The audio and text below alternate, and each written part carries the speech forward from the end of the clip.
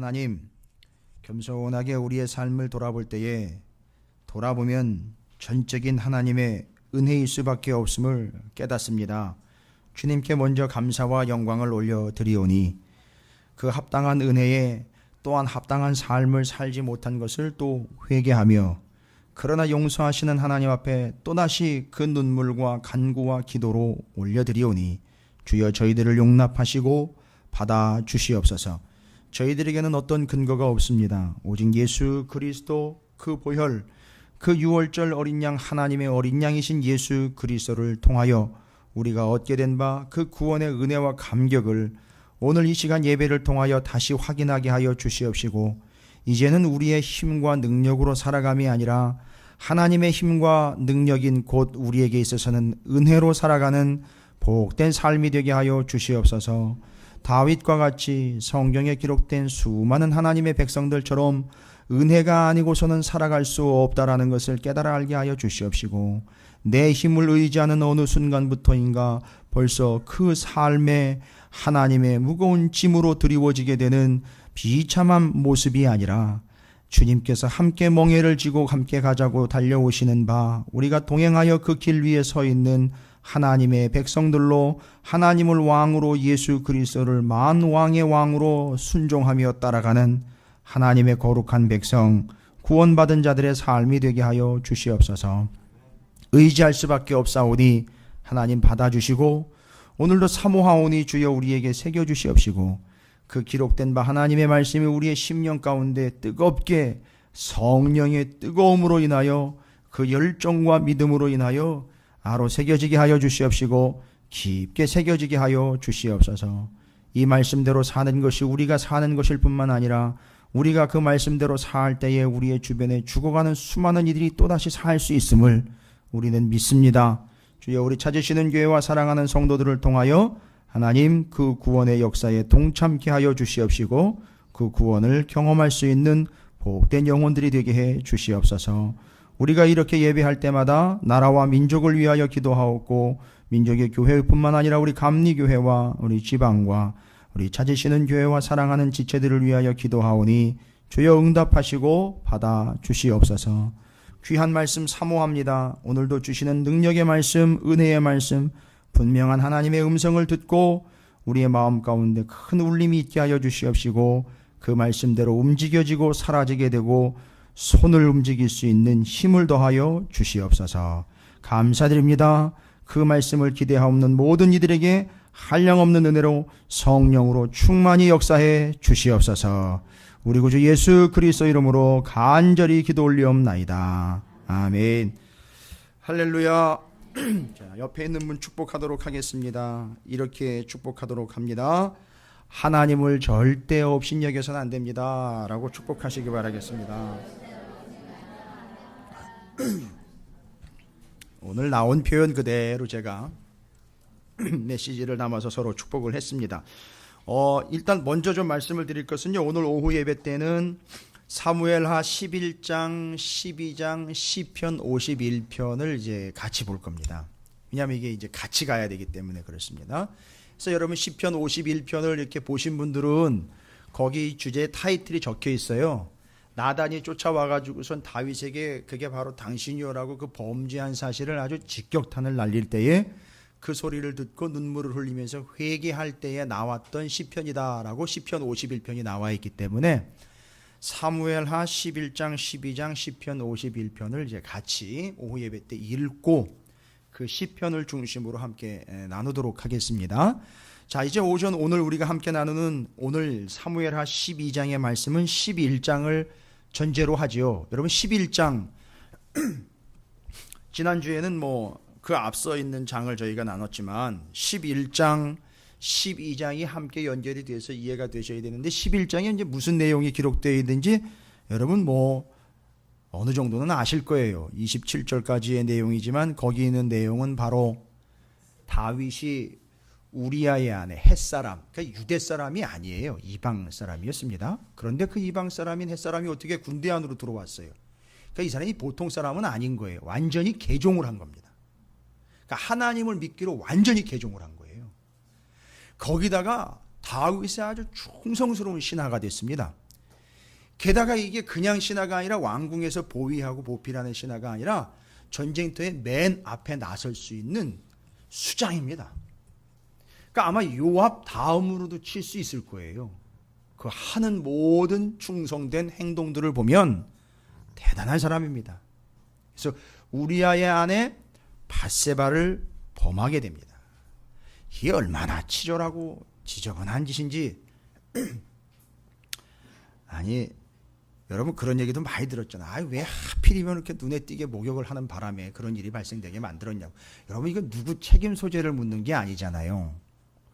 그 우리아의 아내 밧세바가 지금 그 몸을 깨끗하게 하려고 목욕을 했다라는 것은 여기 지금 이제 성인들이 다 되시고 뭐 중딩 있고 고딩 있지만 고등학생과 중학생들이 있지만 아실 거라고, 이 여성이 한 달에 한 번씩 돌아오는 생체적인 그 리듬에 의해서 그것이 지나가고 나면 반드시 정결 예식을 행하게 돼 있거든요. 그래서 그동안에는 부정하다고 그럽니다. 그래서 왜냐하면 나빠서가 아니라 일단은 몸에서 혈액이 유출이 되게 되면 그로 인해서는 유대인의 법에 의하면 부정한 존재가 돼요. 그래서 이게 정기적으로 유출이 되는 경우가 있고 멈추지 않고 계속 유출이 되는 경우들이 있습니다.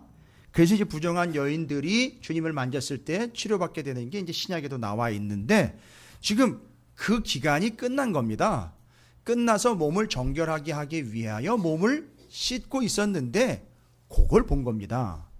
그리고 그 뒤에 4절에 보면 여러분 사무엘하 11장 4절에 보면 그렇게 나와 있죠. 다윗이 전령을 보내어 그 여자를 자기에게로 데려오게 하고 그 여자가 어떻게 됐어요? 부정함을 깨끗하게 하였으므로.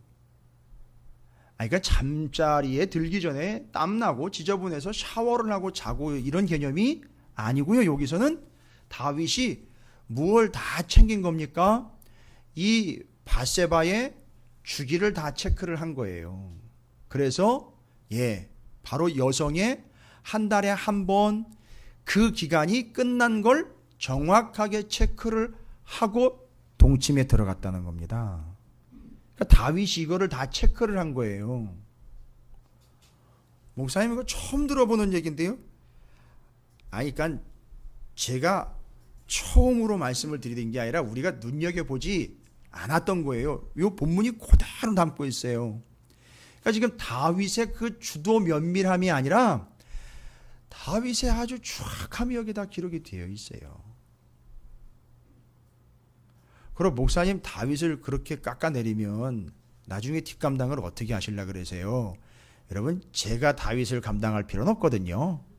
하나님이 감당하시겠죠. 그런데 아니 이런 사람이 이게 어떻게 그러니까 이거 다윗을 영웅 만들기는 일단 좀 멈춰 주셔야 돼요. 다윗을 계속해서 영웅을 만들어 가지고 다윗을 너무 닮아 가려고 하다 보면 우리도 모르는 사이에 이제 브레이크가 고장이 나게 되는 그런 영웅주의로 가게 되는 겁니다. 그건 좀 조심스러운 부분이라 제가 일단은 말씀을 드립니다. 그런데 임신을 했어요. 그래가지고 사람을 보내가지고 어떻게 했죠? 임신했다는 소식을 알렸습니다. 이거 큰일 났네. 이거 임신한 사실을 어떻게든지 무마를 하든지 이걸 어떻게 섞어서 흘러가게 만들어야 되는데 이거 어떤 방법이 있을까요? 우리아를 전쟁터에서 끌고 들어옵니다. 들어와서 야, 너 집에 가서 발 닦고 자라. 여러분 이 발 닦고 자라는 것도 그냥 표현이 아니에요. 발을 가리웠다라는 표현들이 이런 거는 생식과 관련되어 있는 문제들이에요. 그래서 용변을 본다든지 성적인 관계를 이야기하는 것들에 대한 그 표현들을 다 담고 있는 겁니다. 그래서 우리아를 밧세바와 동침을 시켜야 자기에게서 소생이 나게 됐다라는 것을 가릴 수가 있으니까 그렇게 지금 이거를 꾸미고 있는 거예요. 일을. 다윗과 골리앗 이야기가 우리 자라나는 자녀들에게 참 재미있고 참 도전이 되는 이야기라고 하지만 이 밧세바와 이 다윗의 동침 사건은 그 성인들에게 있어 참 고민거리를 많이 주고 생각하게 해주는 그런 내용이라고 할 수 있는데 오늘 바로 그런 상황 가운데 다윗이 요압 장군에게 편지를 써서 보내게 됩니다. 그 14절에 11장 14절에 편지를 써서 보내게 됩니다. 그렇죠? 그리고 그 편지의 내용에는 뭐 뻔한 거지요. 여러분, 이 편지는 단순한 편지가 아니에요. 아무리 조그만 데다가 썼어도 이건 다윗 자신의 직인이 찍힌 공문이에요. 그러니까 요압이요, 그냥 단순한 메모지 한 장이나 받고 그러는 게 아니라 기밀 문서를 받았는데 이게 군사적인 거라든지 전쟁에 관련된 게 아니라 사활이 관련된 게 아니라 그 안에 뭐가 적혀져 있는지 아세요? 우리야라는 이름을 적어놓고 빨간 줄을 쫙 그은 거예요. 그 뭔 얘기죠? 우리야를 죽여라. 전쟁에 극심한데 맨 앞에 세워서 적들의 칼에 맞아 죽게 해라 하는 거였었어요. 그리고 우리아를 제거를 하고 그 다음에 밧세바를 아내로 맞이하는 사건입니다. 이게 11장이에요. 여러분, 여기 편지라는 말을 좀 염두에 두고 계십시오. 편지라는 말. 편지. 여기에 구약 성경에 여러 군데 등장을 하는데 신약 성경에 가면 또 등장을 해요. 여러분, 제가 이미 말씀드렸어요. 이게 뭔지 아세요? 이 편지가 참 기가 막힙니다. 제가 이거 보고 깜짝 놀랐어요. 세페르라는 단어인데 들어보셨는데 여러분, 지난번에 제가 말씀드렸는데 생명책, 그거랑 똑같은 단어예요. 요한계시록에 나와 있는 생명책이요. 이거 제가 이따가 설명드려야 돼요. 이거 그냥 넘어가면 이거 헷갈립니다. 중요한 내용이라 이따 설명드리겠습니다. 그래서 편지에다가 적어서 보내. 그 사건을 12장에 넘어와 가지고 선지자가 등장하게 되죠. 나단 선지자가 와서 비유를 하나 들어요. 다윗 왕 앞에서 고개를 뻣뻣이 쳐들고 비유를 하나 들어서 다윗이 11장에 범한 그 범죄에 대해서 알아듣게 하기 위해서 충격적으로 하려고 아주 일침을 가하려고 예화를 하나 들었는데, 예화에 등장하는 두 인물이 있죠. 한 사람은 누구죠? 부자인데 아주 심한 부자예요. 심각한 부자가 아니라 심한 부자예요. 뭔지 아시겠죠? 너무너무 잘 살아요. 너무너무 잘 삽니다. 뭐 어마어마하게 잘 살아요. 그래서 12장 이전에 그 부한 사람은 양과 소가 심이 많대요. 그리고 그 다음에 한 사람이 등장하지요. 가난한 사람이요. 가난한 사람에게는 가족들과 함께 달랑 재산이 하나가 있는데 암양 새끼. 아니 다 큰 암양도 아니고 암양 새끼예요. 이제 그거 얻어가지고 거기서 이제 그거 자라게 해가지고 털도 얻고 젖도 얻으려고 거기서 이제 새끼들도 이렇게 자라게 하려고 하고 이제 겨우겨우 하나 얻은 거예요. 하나. 근데 이스라엘에게는 풍속이 있지 않습니까? 손님이 오면 반드시 자기 집에서 자기 것으로 대접을 하게 돼 있어요. 그냥 보내면 안 돼요. 이게 지금도 남아있어요. 고대 근동의 중동지방에 이 풍속들이 남아있습니다. 그래서 자기의 안방을 내어주고요, 자기의 귀중한 것들을 쓰게 해주고 자기의 최고의 음식을 내어서 반드시 섬기게 돼 있어요. 왜일까요, 여러분? 혹시 그 모습으로 누가 오셨을 수도 있으니까요. 하나님이 오셨을 수도 있으니까 지극정성으로 공개하는 거예요. 이게 원래 이 사람들에게 풍속으로 자리를 잡고 있는데, 이 극히 부자인 이 사람에게, 아주 심히 부자인 이 사람에게 손님이 왔어요. 그럼 손님 대접을 해야 되잖아요. 자기한테 심이 많다고 분명히 나와 있는데 자기 거는 쏙 빼놓고 어떻게 한 거죠? 가난한 사람이 하나밖에 없는 암양 새끼를 갖다가 잡아가지고 그걸로 손님을 대접한 거예요. 그냥 성경으로 읽으실 때하고 제가 설명드릴 때하고 좀 감이 다르시죠? 예. 여러분들 속으로도 이런, 그러실 거 아닙니까? 근데 이걸 우리는 왜 그랬대? 어떻게 그런 짓을 해? 이 정도가 아니라 다윗은요, 뭐라고 그래요? 세상에 그런 나쁜 놈이, 그건 가만히 두면 안 된다고 나와 있잖아요. 5절 말씀 보세요. 오늘 12장 5절에 예화는요 1절부터 4절까지밖에 짧게 소개가 안 됐는데 그거 듣자마자 그냥 다윗이 바로 반응을 보이죠.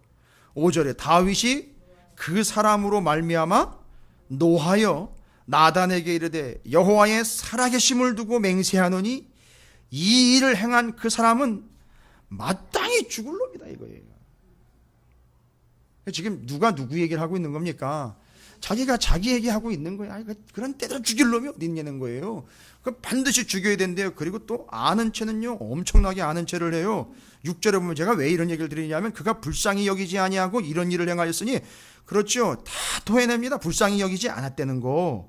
자기한테 있는 거는 뒤로 감춰두고 없는 걸 또 뺏은 거, 엄청 욕심꾸러기예요. 그러니까 뒤에 하나님의 대신 말씀을 전하는 나단 선지자가 뭐라고 얘기한 줄 아세요? 야, 이게 내가 지금 이것도 주고 저것도 주고 뭐 수도 없이 줬고, 또 뭐라고 얘기를 해요? 아니, 너가 좀 필요해가지고 달라 그러면 내가 또 줄 텐데. 그러니까 지금 잘 보시면은요, 이 다윗이 지금 제정신이 아닌 거예요. 이런 얘기 하는 거 보면 자기가 지금 저지른 일이 잘못인 줄도 모르고 있는 상황 정도의 아주 심각한 원수 상태인 거예요. 거기다 대고 뭐라고 얘기합니까? 율법 얘기를 해요. 6절에. 여러분, 그냥 얘기 나온 게 아니에요. 그 양 새끼를요, 뺏어와가지고 죽였으니까 어떻게 해야 된대요? 4배나 갚아줘야 돼요. 4배는요, 어디 나와 있습니까? 출애굽기 나와 있어요. 출애굽기 21장 37절, 22장 1절에 그거 4배로 갚아줘야 된다라고 율법에 분명히 나와 있어요. 이제 율법까지 들먹거리면서 아는 척은 엄청나게 해대고 있어요. 그 답을 다 내어버렸죠? 여러분, 이게 4배라는 게 여기서 그냥 기록된 게 아니고요. 딱 4배로 걷어가셨어요, 하나님이. 4배로요. 그 암양 새끼, 말하자면 우리아를 죽여가지고 자기 걸로 만들어버렸던 그 사건 속에서 그거 하나밖에 없는 거고 죽여가지고선 손님 접대 쓰고 자기 건 4배로 갚아야 되는 율법에 의해서 하나님이 정확하게 4배로 가져가신 거 아세요? 우리아 죽인 것 때문에 한번 따져볼까요? 첫 번째, 밧세바하고 동침해가지고 처음 잉태한 아이가 바로 죽습니다. 그렇죠? 예, 맞습니다. 다윗이 금식하면서 기도했으나 결국 죽었고요. 그 다음에 맏아들 암논이라는 사람이 있었어요. 맏아들 암논, 다말과의 사건. 이해가 저기 기억나시죠? 아니, 그냥 배는 다르지만 그래도 누이 동생을 그렇게 범한 자가 있어요. 암논. 압살롬에 의해서 죽어요. 나중에 암논이요. 장자 암논이. 그 다음에는요, 압살롬이 아버지에게 반역을 해가지고선 결국 죽습니다. 요압에 의해서 죽어요. 나중에. 원래 도망가다가요, 이 압살롬이 얼마나 비참한지 참 속된 표현으로 하면 세상 사람들이 정말 재수 없는 놈이다 이렇게까지 이야기할 정도에. 그러니까 세상 사람들 얘기하는 거예요. 그러니까 어떻게 죽었느냐면 도망을 가다가 말을 타고 가는데 말을 타고 가다가 나뭇가지가 이런 식으로 뻗쳐 있는데 거기에 목이 확 걸려가지고 죽은 거예요. 그리고 그 매달려 있는 모습을 사람들이 와서 봤어요. 말은 가고 목이 걸려가지고 매달려 있는 거. 그렇게 해가지고 비참하게 이제 결국은 창에 의해 찔려 죽고 거두어 내립니다. 그게 지금 압살롬이에요. 그 다음에 위로 형들, 맏아들 암놈, 압살롬 다 죽고 누가 남았냐면 아도니아라는 인물이 하나가 남았었는데 이 아도니아가 솔로몬 왕 때 쿠데타를 일으킵니다. 그래가지고 솔로몬에 의해서 아도니아가 형이지만 죽임을 당합니다. 딱 4명이. 4배로 그냥 싹 거두어 가셨어요. 이런 얘기는 자기가 알지만 알아도 참 함부로 하기가 어려운 무서운 말이에요. 결국 그렇게 해서 우리아를 죽인 거에 대한 4배의 결산이 이루어지게 됩니다. 그 내용이에요. 그 이야기를 통해서 지금 다윗이 하나님 앞에서 어떠한 범죄를 범했는지에 대한 것들이 쭉 정리가 돼가지고 나단이 이야기를 하는데 도대체 이해를 못해요. 그래서 이건 횡포입니다. 다윗의 횡포예요. 이 사건은요, 뭐 예화를 들어가지고 예화를 이해하려고 하실 필요 없고요. 다윗 정리해야 돼요. 이건 횡포입니다. 뭐한 자의 횡포죠? 요즘에 횡포하는 거 많이 나오잖아요. 거예요. 가진 자의 횡포예요. 뭘 가지고 있길래 그렇게 횡포를 많이 부립니까? 요즘에 돈하고 권력이요. 딱 다윗이 거기 걸려드는 거예요. 지금 돈하고 권력이 다윗에게 무지막지하게 올라가 있는 거예요. 그래서 약한 자를 자기가 가진 것과 힘으로 제압을 해서 빼앗는 패역한 자의 모습이 그대로 소개가 되고 있어요. 여러분, 성경에 특별히 저도 이걸 왜 그렇게 부자와 가난한 자 비유를 자꾸 들었을까? 근데 성경에요 아주 결정적인 순간에는 이 부자 가난한 자 비유가 꼭 등장을 해요. 그래서 여러분 기본적으로 좀 상식적으로 좀 이제 알고 계시라고 제가 말씀드릴게요. 성경에 유명한 부자가 한 4명 정도 나와요. 지금까지는요. 보시면요. 어리석은 부자 하나 나왔죠. 사무엘, 그렇죠. 사무엘상 25장에. 감사합니다, 장로님. 나발이라는 이 어리석은 부자가 나와요. 그래서 그때 이 어리석은 부자 이야기를 이해하려면 신약에 기록되어 있는 그 어리석은 부자. 예, 그래서 부자 청년 어리석은 부자 자꾸 나와요. 그러니까 이게 부자 곧 가지고 있는 것의 풍부함이 얼마나 위험스럽게 작용할 수 있는지에 대한 거예요. 여러분 돈 자체를 이야기하는 게 아닙니다. 부자가 된 사람이 그걸 가지고 어떻게 변질되어 가는지를 이야기하는 건데 나발이라는 사람 나오고요. 신약 성경에 그 어리석은 부자 얘기 나오고요. 여러분 정말 멋있는 부자 하나 나와요. 성경에 조금 이따 나올 거거든요. 저 뒤에 가보면은 사무엘하 19장에 부자가 한 명 더 나와요. 그게 누구냐 하면 들어보셨을 거예요. 바르실레라는 부자가 하나가 나와요. 이 바르실레는 누구냐 하면 이름도 바르지요. 나발하고는 완전히 대치가 되는. 그래서 나발과 바르실레 사이에 다윗이 있는 거예요. 그러니까 이게 다윗이 자기도 부자일 뿐만 아니라 가만히 보면 이 사람 주위에도 부자가 많아요. 별로 감동이 없으신 것 같은데 맞아요. 이건 하나님의 계획이에요. 그런데 나발이라는 부자와는 달리 바르실레는 압살롬한테 피해갈 때에 바르실레가 따라 붙었어요. 그래서 다윗을 도와줬어요. 그래가지고 다윗이 압살롬 반역 제압하고 왕궁으로 들어갈 때 바르실레한테 어이 바른 신하 나랑 같이 들어가지 할 때 내 나이가 이제 많고요. 들어가 봐야 저는 그냥 왕을 위하여 중보하겠습니다. 들어가시죠. 대신 여기 김함이라는 사람이 있으니 데리고 들어가시고요 하고 한 사람 추천해서 들여보내고 자기는 빠집니다. 정말 멋있는 부자예요. 바르실레. 이름도 바르실레입니다. 여러분 모두가 바르실레 같은 존재들이 되시기를 주님의 이름으로 축원을 드립니다. 그러니까 저도 그러고 싶어요. 우리 성도들 다 부자들 사이에서 저도 다윗처럼 그렇게 좀 자리하고 싶습니다. 그냥 축복이니까 그렇게 받아주시고요. 그런데 이 부자들 속에서 정말 완벽한 부자인 다윗이요, 자기가 가지고 있는 것들에 대해서 이런 심각한 타락의 모습으로 갑니다. 여러분, 그러면 그 예화를 통해서 다윗이 얼마나 심각한 잘못을 하고 있는지는 정확하게 다 봤습니다. 여러분, 다윗이 뭡니까? 자기가 행동하는 거하고 생각하는 거나 말하는 거하고 지금 일치하지 않는다는 걸 알 수 있잖아요. 그죠? 자기가 그 행동을 해놓고 그 얘기를 딱 듣는 순간 자기 얘기인지도 모르고 뭐라 그래요? 야, 이게 그런 일이 있을 수 있느냐? 어떻게 그런 자가 그렇게 죽여야 된다라고. 하여튼 여기서 그냥 분명히 나와 있지 않습니까? 잡아서 죽여야 된다. 자, 그렇게 본인의 생각과 본인의 행동에 일치하지 않는 것을 보여주고 있습니다. 또한요, 그 다음에는요, 그렇게 악한 짓을 하는 자들과는 자기는 다른데 왜 다르냐 하면 그 사람들은 그러면 안 되고 나는 왕이니까 괜찮다는 거예요. 이건 속에 이미 깔려 있는 거예요. 나는 왕이니까 괜찮다 이런 거예요. 그리고 한 가지 더 있죠. 하나님이 아주 직격탄을 날렸죠.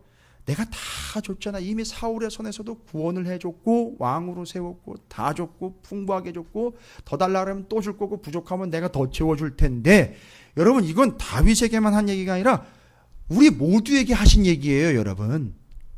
여러분에게도 다 하나님이 주신단 말이에요. 싹 주신다고요. 부족하면 더 달라고 그러세요. 구하세요. 근데 이게 구하는 게 믿음으로 하나님 앞에 구한 바 욕심을 따라 구했기 때문에 얻을 수 없는 것이지, 하나님이 주시겠다 하면은 주시는 건데, 그런데 다윗은요 얼마나 큰 욕심이 있었는지 그거는 아랑곳하지 않고 그냥 뺏어버린 거 아닙니까? 한마디로요, 다른 변명의 여지가 없죠. 욕심이 이제 장성하기 시작했다는 거예요. 자, 이걸 이제 한마디로 이야기합니다. 한마디로 뭐라고 얘기하죠? 하나님이 9절 10절이에요.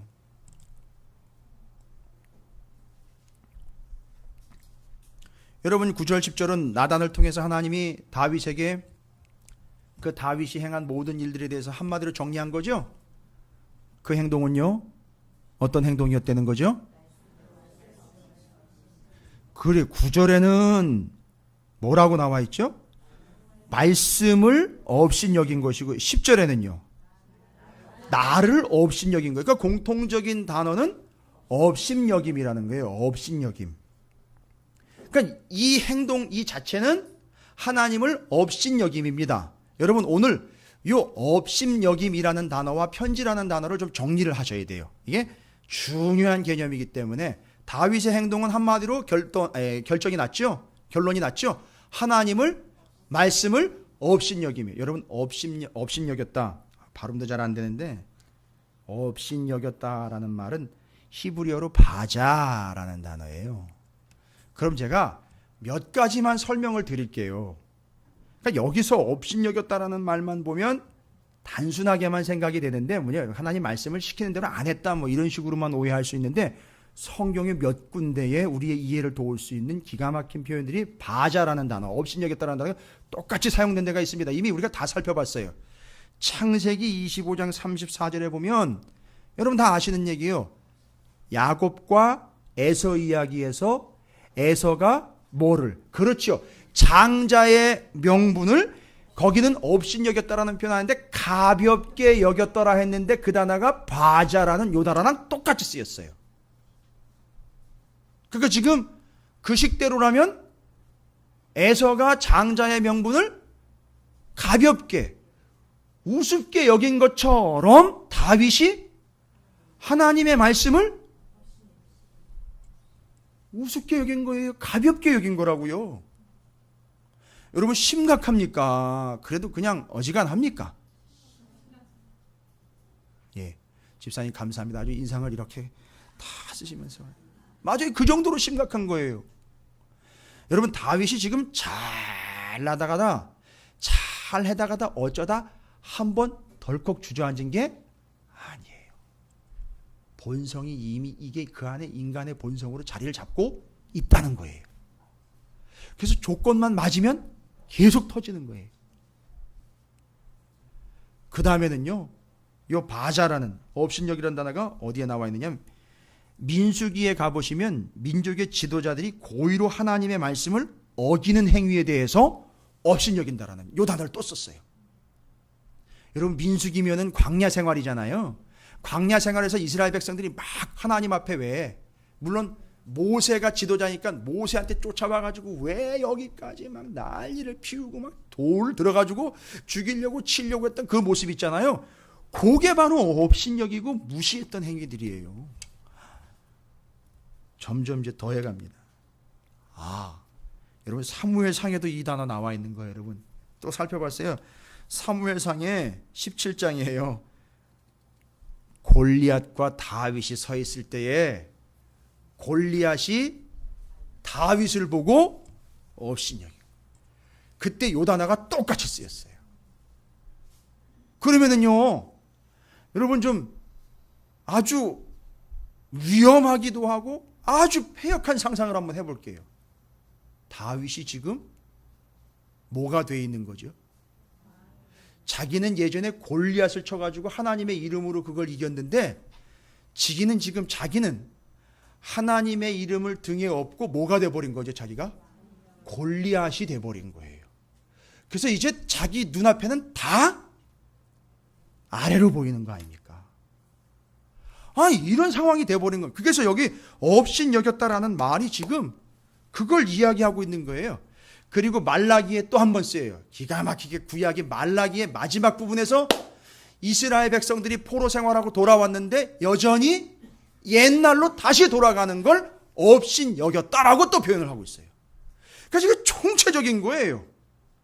여러분 이게 이해가 잘 안 되시면 이제 이 사건이 구약 성경에 한 군데 동일하게 소개가 된 사건이 있어요. 요거를 꼭 빼닮은 사건이 하나가 나와요. 자기 것 두고 남의 것 뺏어가지고 그 힘과 권력으로 편지 싹 써가지고 제거해가지고선 모함을 해가지고 죽여서 남의 것, 약한 자의 것을 싹 뺏어버린 사건, 똑같은 사건이 기록이 하나 되어 있어요. 거기서 편지라는 단어가 똑같이 나와요. 혹시 여러분, 혹시 무슨 얘기인지 아실 수 있을까요? 열왕기 상에 나오는데 남의 것 뺏은 것 이야기하면 대표적으로 아합 왕 이야기할 때 아합과 이세벨이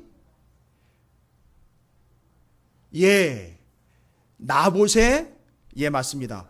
포도밭을 빼앗은 이야기가 소개가 되고 있어요. 열왕기 상에 나옵니다.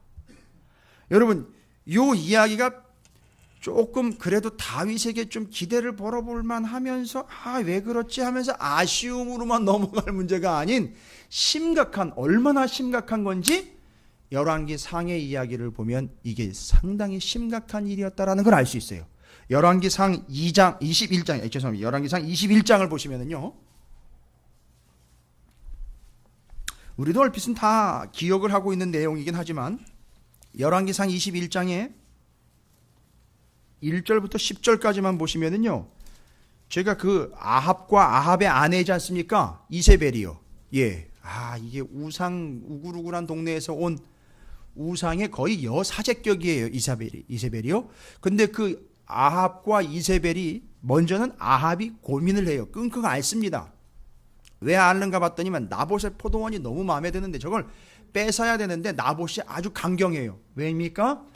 이건 하나님이 우리에게 주신 기업이기 때문에 우리가 마음대로 팔 수 있는 게 아니다라고 아주 똑부러진 얘기를 해요. 정확한 얘기고 정답을 얘기를 해요. 맞아요. 땅은요 우리 게 아니에요. 하나님이 나눠주신 거잖아요. 기업 분배한 거 아시죠? 이스라엘이 12지파로.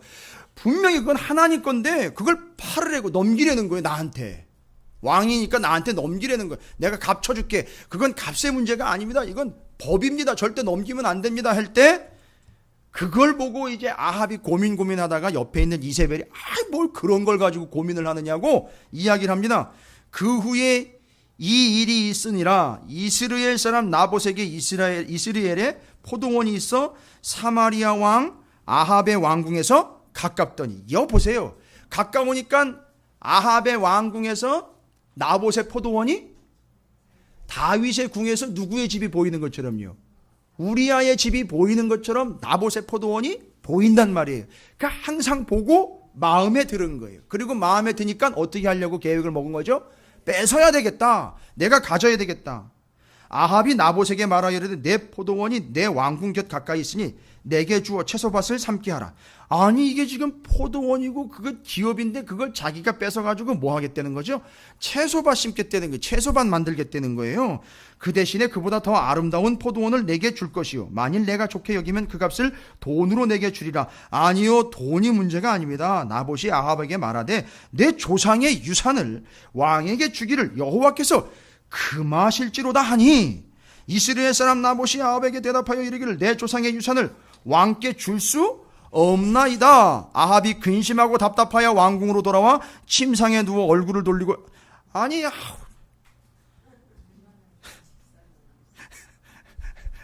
그 포도원 하나 못 얻었다고 지금 뭐까지 파보라. 이게 애도 아니고 참 얼마나 이게 유치한 모습인지 보십시오. 이게 지금 가진 자들의 원래 본 모습이에요, 여러분. 그 횡포 부리는 게 여기서 오는 거예요. 그 포도원 그거 얻지 못했다라고 식음을 전폐하고는 들어놓았어요. 그러니까 이제 좀 대범한 아내가, 여러분 가정 이야기입니까? 좀 더 대범한 아내가 그의 아내 이세벨이 그에게 나와 이르되 왕의 마음에 무엇을 근심하여 식사를 아니하나요? 왜 밥 안 먹고 이러고 있어요? 이러는 거예요. 그러니까 왜 밥을 안 먹고 이러고 있는 거예요? 물어봤더니 왕이 뭐라고 해요? 그에게 이르되 내가 이스라엘 사람 나봇에게 말하여 이르기를 내 포도원을 내게 주되 돈으로 바꾸거나 만일 내가 좋아하면 내가 그 대신에 포도원을 너한테 주겠다 했는데 나한테 안 주겠다고 그러니 내가 속이 뒤집혀 내가 이러고 있다고. 그러니까 이 대범한 이세벨이 그에게 이르되 왕이 지금 이스라엘 나라를 다스리시나이까? 이거 뭐예요? 아니 당신은 왕이지 않아요. 벌써 이 여자는 뭘 생각을 하는 거죠? 아니 그럼 뺏어요. 와. 그래서 대안을 냅니다. 대안을 내고 뭐라고 얘기합니까? 일어나. 그러지 말고 빨리 밥 먹어요. 내가 알아서 할 테니까. 그리고 내가 이스라엘 사람 나보데 포손을 왕께 갖다 바치게요. 그리고 아합의 이름으로 뭘 썼어요? 편지를 썼다 그랬어요. 이건 그냥 편지가 아니라 공문서를 만든 거예요. 공문서를 만들어 가지고 아합이 하라고 했으니까 도장까지 다 찍은 거예요. 근데 여기 사용된 요 편지라는 단어가 다윗이 요압의 손에다가 그러니까 우리아의 손에다가 들려서 요압에게 건넨 그 편지라는 내용과 똑같은 단어를 쓰고 있어요. 세페르라는 단어를 쓰고 있다고요. 요게 요한계시록에는 생명책이라고 나와 있단 말이에요. 여러분 생명책은 누구의 손에 있어야 되는 거예요? 원래? 그런데 그 생명책에 누구의 이름이 기록이 돼 있죠? 그렇죠. 그런데 다윗의 적은 생명책에는 누구 이름이 기록돼 있죠? 우리아의 이름이 적혀 있죠? 그리고 분명히 생명은 누구에게 있는데요? 근데 그거를 없애라고 자기가 줄을 걷단 말이에요. 그러니까 지금 자기가 무슨 노릇을 하고 있는 거예요? 하나님 노릇을 하고 있는 거예요. 와, 여러분, 저는 여기서 지금도 소름이 온몸에 그냥 쫙 돋아요. 그냥 편지가 아니라 생명책이, 맞아요. 한 사람의 생명을 박탈할 수 있는 생명책이었던 거예요. 그걸 자기가 적어가지고 죽이라고 보낸 거는 자기가 하나님처럼 그 짓을 하고 있는 거예요. 여러분 얼마나 멀리 갔는지 여러분이 아시겠죠? 그리고 그 편지는요, 나봇의 포도원을 빼앗기 위하여 이세벨이 그걸 조작을 해가지고선 문서를 써서 거짓 증인들 세웁니다, 여러분. 그래가지고 나봇이 무슨 짓 했다 그런지 아세요? 반역을 꾀했다라고 말을 만들어내요. 그래서 끌어다 돌로 쳐 죽여요. 그리고 뺏은 거예요. 그게 거기 기록되어 있는 거예요. 그 공문에요. 이세벨이 적은 공문에 나봇 포도원 뺏으려고. 그래서 그 편지하고 다윗이 보낸 편지하고 똑같은 단어를 쓰고 있어요.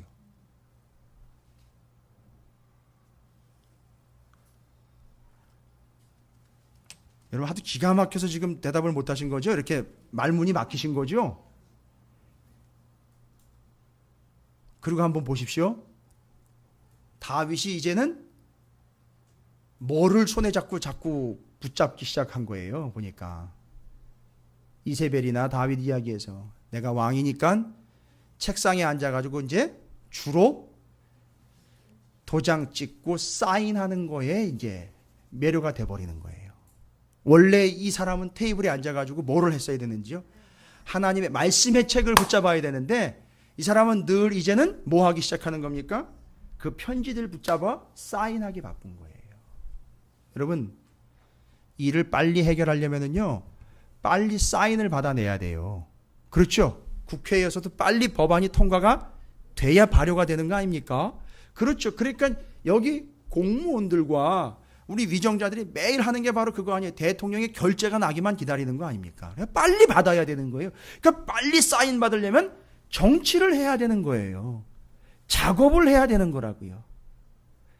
그러나 다윗은요, 하나님이 세운 왕으로서는요, 그런 것들을 만들어내서 빨리빨리 처리하는 게 아니라 하나님의 말씀대로 해야 되니까 편지나 공문서를 붙잡는 게 아니라 말씀엔 뭐라고 기록되어 있는지 이걸 붙잡아야 되는데 이걸 놓고 편지와 공문과 그 권력의 상징인 문서들을 붙잡으면서 이런 일들이 지금 계속 발생되고 있는 겁니다. 자, 여러분 이제 이게 다윗의 심각한 현실입니다. 그래서 그 업신여김이라는 것과 아합 그 다음에 이세벨의 나봇의 포도원을 빼앗는 사건이 연결되어 있는 이 사건, 그러면 여러분 이제 이게 정리가 아니에요. 오늘 사무엘하 12장은 기가 막힌 구조를 가지고 있습니다. 다윗이 일단 하나님에 대해서 하나님을 업신여겨서 자기가 지금 어느 위치까지 가 있다는 얘기가 나오게 됐죠. 자기가 스스로 하나님의 위치까지 가 있습니다. 그런데 이제부터 오늘 12장이 가지고 있는 중요한 꽃과 같은 이야기예요. 메인 메시지로 연결이 되는 거예요. 그래서 이 사람들 이야기는 그냥 뒤로 툭툭 치고 넘어가 버렸어요. 말하자면 뭐 노 저어가다 보면 물풀 하나 나오면 그거 툭 치고 건너가는 것처럼 그렇게 갔단 말이죠. 여러분 이제 절대 그러면 안 됩니다. 이 두 이야기를 통해서 다윗이 무슨 잘못이 있었고, 이 두 사람은요 다윗의 신하 두 사람이거든요. 다윗의 신하 두 사람이 다윗에게 어떻게 했는지를 보면 다윗이 그 되려 하나님의 신하로서 하나님에게는 또 어떤 짓을 했는지가 역으로 보인다는 거죠. 아, 그래서 지금 다윗에게 이런 문제가 생긴 거로구나 하는 게 정리가 되는 겁니다. 요 두 사람 정리하시면 오늘 본문은 깔끔하게 정리가 됩니다. 여러분 그 두 사람이 누구냐면 두 사람이라고 그러긴 하겠 두 존재들인데, 첫 번째로 등장한 사람들이 누구냐면 다윗의 처음 태어난 아이가 죽게 되었을 때 다윗이 이랫동안 금식하면서 먹지도 않고 하나님 앞에 기도했던 모습 보이시죠? 거기에 그 신하들이 소개가 되고 있습니다. 16절부터 18절까지에 보면 다윗이 그 아이를 위하여 하나님께 간구하되 다윗이 금식하고 안에 들어가서 밤새도록 땅에 엎드렸으니 그 집의 늙은 자들이 그 곁에 서서 다윗을 땅에서 일으키려 하되 왕이 듣지 아니하고 그들과 더불어 먹지도 아니하더라. 내가 왕인데 신하들하고 겸손하게 생겼어? 이런 얘기가 아니잖아요. 지금 아주 겸손하게 진짜 무릎 꿇은 거예요. 아주 하나님 앞에 완전히 납작하게 엎드린 거예요. 그때 신하들이요 계속 들락날락하면서 왕한테 뭐라 그런 줄 아세요? 왕이시여 이러다가 굶어 죽습니다. 이러지 마세요. 얼마나 심했는지. 그러니까 다윗이 지금 상당히 겸손하게 엎드린 것 같아요. 살려달라고, 잘못했다고. 그런데 신하들이 봤을 때에는 왕의 건강까지도 걱정이 되는 거예요. 제발 그러지 마세요. 좀 식사하시고 하시면서 하나님 앞에 기도하시고 또 방법을 좀 찾아내시고 이렇게 하시면 될 것 같습니다. 좀 돌보십시오. 옥체를 좀 돌보십시오 하면서 쫓아 들어가는데, 잘 보십시오. 여기 신하들이 이야기하는 게 왕에게 아뢰기를 두려워했다. 왜요? 이래 만에 그 아이가 죽었어요. 그러나 다윗의 신하들이 아이가 죽은 것을 왕에게 아뢰기를 두려워했어요. 왜요? 내 아들이 죽은 걸 이야기하면 다윗이 화가 나가지고 그것을 전하는 자를 죽이려고 하는 그런 포악한 왕이기 때문이 아니라, 만약에 아들이 죽었다라는 이야기를 들으면 다윗이 죽기 전에도 이렇게 자기를 고통스럽게 하는 이런 상황에서 어떻게 할까봐, 되려 더 고통스러운 방향으로 자기가 흘러갈까봐 신하들은 그게 걱정이 된 거예요. 그래서 여기 나옵니다. 여러분 이제 은혜 받으시길 바랍니다. 이는 그들이 말하기를 아이가 살았을 때에 우리가 그에게 말하여도 왕이 그 말을 듣지 아니하였나니, 고집스럽다는 얘기가 아니에요. 정말 고민하면서 교만을 떨쳐버리고 그렇게 하나님 옆에 무릎 꿇었던 그가 어떻게 그 아이가 죽은 것을 그에게 아뢰할 수 있으랴. 왕이 어떻게 할까요? 상심하시리로다 함이라. 사실은 사실이지만 그 사실을 왕에게 이야기하면 왕이 어떻게 된다고요? 너무너무 상심하고 너무너무 아파하고 너무너무 고민할 것이고 너무너무 힘들어할 것이니까. 그러니까 자기들이 신하의 도리로 갖다 보고를 해야 되지만, 보고를 했을 때에 왕이 그걸 듣고 이 아픈 소식에 어떻게 할 거다? 왕이 아파할 거다, 실망할 거다, 고민할 거다, 고통스러워할 거다, 그걸 싫어할 거다, 너무너무 좋아하지 않을 것이다, 너무너무 혼자 아파하고 너무너무 심려가 클 것이다. 여러분 누구를 생각하는 거예요? 왕을 생각하는 거예요. 신하들이 왕을 생각하고 있는 거예요.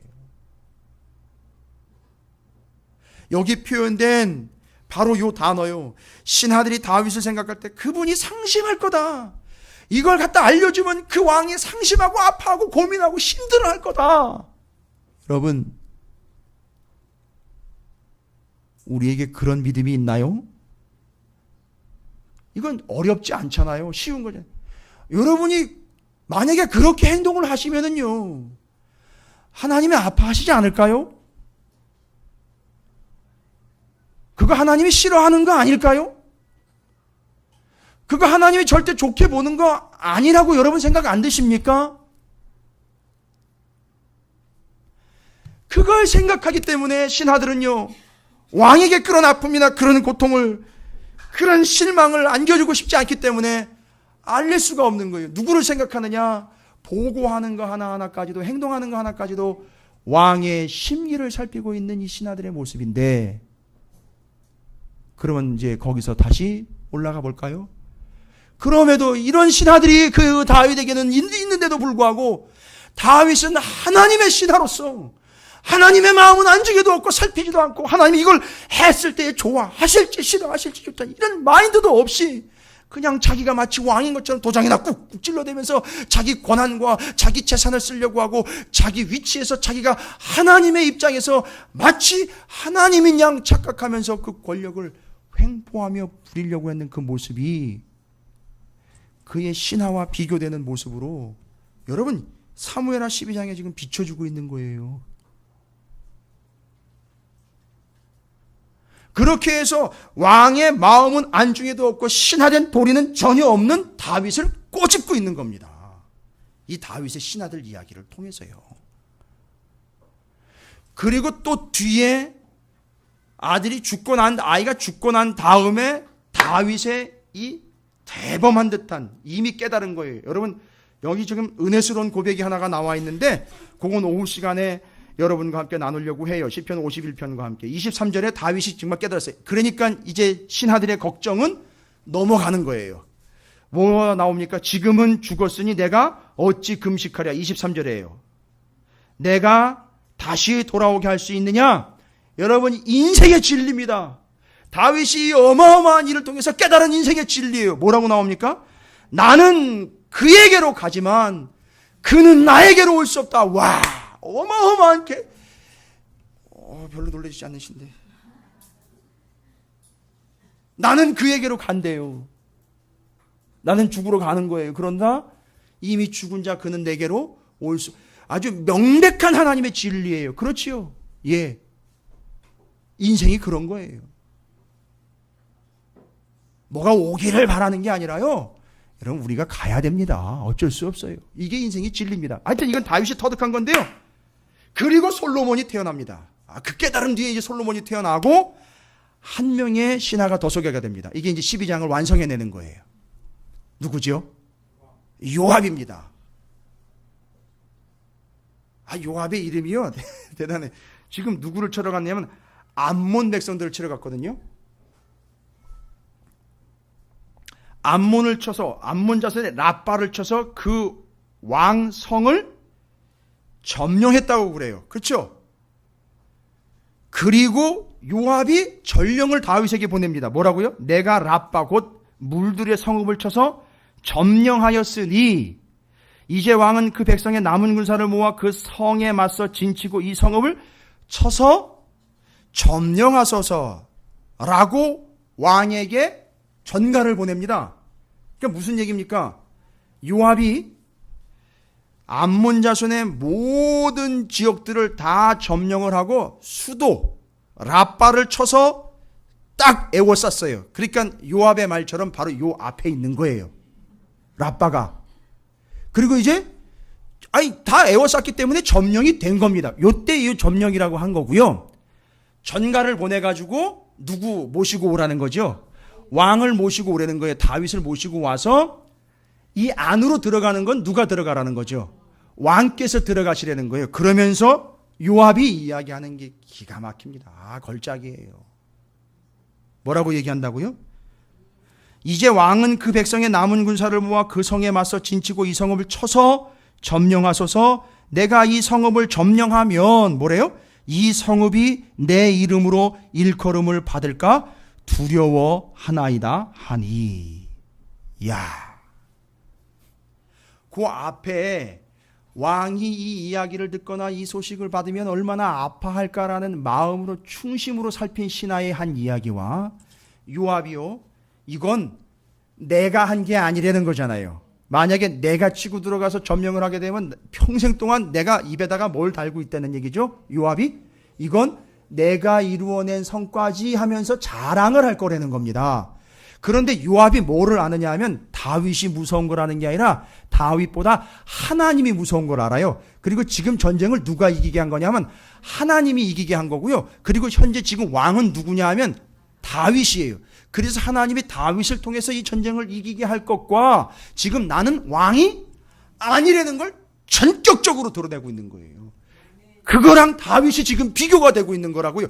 그 앞에 신하와 요압이라는 군대 장관이 두 신하가 다윗이 그렇게 하지 않는 걸 꼬집으면서 이 두 신하들은 다윗에게 그렇게 왕으로서 온전하게 그 왕의 심기를 살필 뿐만 아니라 왕의 주권을 인정하고 있는데, 다윗 그대는 하나님의 신하가 되고 하나님의 종이 되어서 입만 말로만 종이라고 이야기하고 있는 겁니까? 하나님의 위치가 돼가지고 판단하려고 하는 게 바로 당신이요 라고 지적하고 있는 거고요.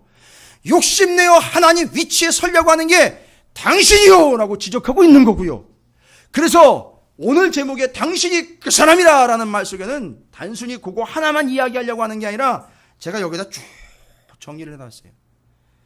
내 마음만은 중심으로, 내 마음을 중심으로 삼는 게 바로 당신이요 라고 이야기하는 거예요. 하나님 중심이 아니라 당신 중심으로 살아가려고 있는 바로 당신이 그 사람입니다 라고 이야기하고요. 내가 알아서 결정하는 거, 그게 바로 당신이요 라고 이야기하고 있는 거예요. 하나님 말씀을 없이는 여기는 자가 바로 당신이요 라고 지적하고 있는 거고요. 나봇 같은 자가 바로 당신이요 라고 지적하고 있는 거예요. 나단 선지자가요. 골리앗과 같은 자가 바로 당신이요 라고 이야기하고 있는 거고요. 하나님의 마음은 안주기도 없고 그냥 내 마음과 내 생각에 좋고 옳은 대로만 행하는 자가 바로 당신이요 라고 이야기하고 지적하고 있는 거예요. 하나님의 역사를 등에 입고 힘입고는 그걸 갖다가 내가 했다라고 내 전과와 내 성공과 내 능력과 내 이미지와 내 이름을 내려고 그렇게 그 명성을 갈구하고 있는 자가 바로 당신이요 라고 나단이 지적하는 거예요. 나도 할 수 있고 난 충분히 그럴 자격이 됐고 이제는 내가 그만큼 했기 때문에 그에 응당한 보답과 보상을 받을 수 있다라고 주장하는 당신이 그 사람이요 라고 이야기를 하고 있는 거예요. 여러분, 오늘 나단이 우리에게도 외치고 있어요. 그렇게 왕이 되고 싶어 하는 자가 바로 당신이요 라고 이야기를 하고 있단 말이에요. 여러분, 들으시길 바랍니다. 우리는 왕의 신하이지 우리가 왕이 될 수가 없습니다. 다윗이 하나님의 신하여 종으로서의 본분을 망각한 그의 행동들이 쭉 기록이 됐는데 이제 시작이에요. 뒤로 가면 계속해서 피로 물들고 그 가정에 험한 일들이 계속 터져납니다. 그 결과들이에요. 여러분, 우리는 오늘 이 두 신하의 이야기를 통해서 하나님 나라의 백성이라면요, 우리는 하나님의 종입니다. 그럼 여러분, 하나님을 왕으로 말로만 이제 우리까지 아직까지도 개념을 못 잡았던 이 하나님 나라와 제사장 나라에 대한 개념이 하나님 나라, 그러면 그 나라에는요 왕이 있는데 우리는 그의 백성이라고 그랬지 않습니까? 그러면 그 백성, 그 종된 자로서의 두 가지 자세는 오늘 두 신하가 보여준 요압과 그 하나님께서 다윗에게 그렇게 기대했던 바 다윗이 내 마음에 합한 자라는 표현을 받게 된 것, 그건 뭐냐 하면 다윗이 하나님의 마음을 어떻게 되는 거죠? 헤아렸다라는 거예요. 내가 이런 행동을 하고 이런 말을 하면 하나님이 아파하시겠지라는 마음이 들어온 거예요. 이런 인생의 뼈저림들을 통해서 깨달은 거고, 최종적인 판단은 그가 내 마음에 합한 자다라는 말은 그가 내 마음을 이해해주고 알아주는구나 라는 거예요. 여러분, 우리 모두가 다 이런 존재가 됐으면 좋겠어요. 그건 다른 게 아니에요. 하나님 알아서 다 우리가 하겠습니다가 아니라 내가 이런 말이나 이런 행동이나 이런 것들을 추구하거나 쫓거나 생각하고 내 가치로 두고 있을 때 하나님이 이걸 혹시 아파하거나 힘들어하시거나 좋아하지 않거나 고통스러워하시고 슬퍼하시지 않을까라는 질문이 혹시 우리 가운데 생긴다면 정말 신하예요. 진짜 종입니다. 진짜 백성이에요. 여러분, 그걸 구하시기 바랍니다. 그래서 하나님의 마음을 살피시길 바랍니다. 그걸 위해서는 말씀을 살피셔야지 알 수 있어요. 또 한 가지는요, 내가 했다라고 쳐들어가서 그걸 점령하면 요압이 자기 것 됐었는데, 아니요, 내가 한 게 아니라는 거죠. 하나님이 하셔야 되고 하나님이 하셨습니다. 하나님이 하실 겁니다 라고 고백하시게 되시기를 주님의 이름으로 축원을 드립니다. 왜 이제 이런 일들이 터졌는지 아시겠죠? 다윗에게 있어 두 신하가 콕 찔러가지고 얘기를 한 거예요. 나단은 와가지고 한 번 주제를 던져준 거고요. 당신이 그 사람이요 라고 한 것이 바로 네가 주인, 바로 그게 바로 너다. 주인 행세하고 왕 행세하고 네가 갑질하려고 하는 게 너였다라고 자꾸 찔러대니까 다윗이 거기서 무너지면서 시편 51편이 나온 거예요. 그건 이제 오후에 시편 51편을 함께 살펴볼 겁니다. 여러분, 오늘은 복잡하지 않습니다. 많은 내용들을 제가 스토리라인으로 쭉 설명을 드렸지만 두 가지만 좀 기억해 주셨으면 좋겠어요. 우리 결단하고요, 결심했으면 좋겠습니다. 무엇인가 우리의 행동과 우리의 말과 우리의 삶에서 반드시 첫 번째 신하의 그 모습이 여러분에게도 있기를 부탁을 드립니다. 내가 이것하면 하나님이 아파하시거나 슬퍼하시거나 고민하시지 않을까라는 거 한번 물어보시기 바랍니다. 살피시길 바랍니다. 두 번째는요, 내가 아니라 하나님이 하시고 하나님이 해야 한다라는 것. 내 공적이 아니라 전적인 하나님의 은혜와 능력이 아니면 안 된다라는 요압의 이야기를 통해서 두 가지 신하의 본분을 여러분께서 챙기시기를 주님의 이름으로 부탁을 드립니다. 그래서 오늘 12장 26절의 위에 타이틀은 분명히 다윗이 라빠를 쳐서 점령했다라고 결론적으로 나와 있는데 이걸 누가 다 만들어낸 거죠? 요압이 다 만들어낸 거예요. 그래서 왕인 다윗이 영광을 받고 있고 우리를 통해 하나님이 영광을 받으시게 되기를 주님의 이름으로 부탁드립니다. 한번 따라해 보겠습니다. 제가 뭐 교회학교 수준이 아니고요, 잊지 않으시도록 첫 번째 우리의 늘 고민은 하나님이 기뻐하실까? 따라해 보겠습니다. 하나님이 기뻐하실까? 이거 항상 고민해 보시고요. 두 번째는 요압의 질문이죠. 내가 아니라 하나님이 하셨습니다 라고 고백하십시오. 할렐루야. 그걸 삶에다 적용하시면 분명히 하나님이 여러분을 향해서 내 마음에 합한 자라고 말씀하실 줄로 믿습니다. 우리 신하된 도리를 좀 다 했으면 좋겠습니다. 옆에 있는 분 축복하겠습니다. 신하된 도리를 다 합시다 라고 축복하시기 바라겠습니다. 자, 그러면 결단하겠습니다. 우리가 다른 것으로 결단이 아니고 기도를 통해서 결단하시길 바라겠습니다. 결국 다윗은요, 하나님 마음에 합한 자가 됐습니다. 왜냐하면 이 두 가지를 챙겼기 때문입니다. 아, 하나님이 내가 이것을 통해서 기뻐하실까, 아파하시지 않을까라는 고민과 질문이 있었고요. 두 번째는 내가 아니라 하나님이 하시는 거로구나 라는 겸손함이 그에게 배어있게 되었습니다. 여러분, 우리 두 가지를 통해서 하나님의 신하된 도리를 다하고 하나님을 왕으로 모셔드리는 삶을 살겠노라 결단하시기를 부탁드리겠습니다. 질문하겠습니다. 살피겠습니다. 하나님께 영광 돌리겠습니다. 하나님의 것으로 모든 것들 다 몫으로 돌리겠습니다. 하나님의 권능으로 돌리겠습니다. 이 두 가지 두 신하의 모습을 통해서 제가 그런 삶을 살겠습니다. 도와주십시오. 주의 이름을 크게 한번 부르시고 통성으로 결단하며 나아갑니다. 기도하겠습니다.